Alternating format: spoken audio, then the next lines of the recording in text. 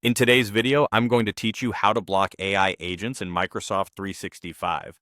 We'll walk through how an administrator can control access to AI agents using the Microsoft 365 Admin Center, how to block specific agents, and how to limit their use in Teams via Copilot Studio.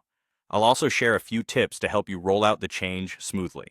First, sign in to the Microsoft 365 Admin Center with an account that has the right permissions, such as a global or Copilot-related admin role.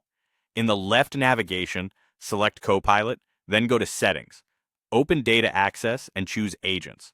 This is where you control overall access to AI agents across your tenant. You'll see three options: allow all users, only specific groups, or no users.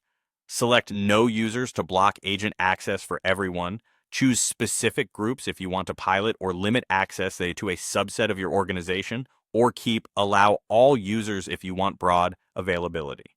After choosing the option that fits your policy, save your changes.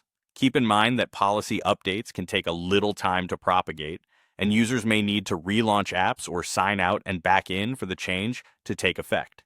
Next, if you need to manage individual agents, return to Copilot in the Admin Center and open the Agent section. Find the agent you want to control and block it directly from its management page. This is helpful when most agents are allowed, but a particular one needs to be disabled due to content, compliance, or testing requirements.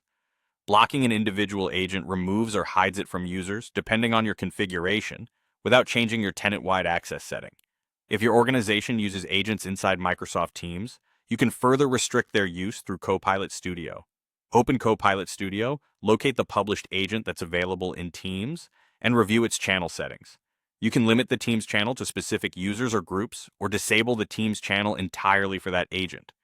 This approach is especially useful when an agent should remain available on the web, but not inside Teams. A quick note on expectations. Even when you block agents, basic Copilot Chat functionality may remain available depending on your licensing and settings. That's normal and by design, so plan your communication accordingly. Before you finish, test your changes with a pilot group, document the configuration you chose, and verify end-user experience with a non-admin test account.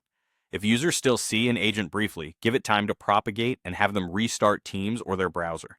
With these steps, you'll have clear, controlled access to AI agents in Microsoft 365.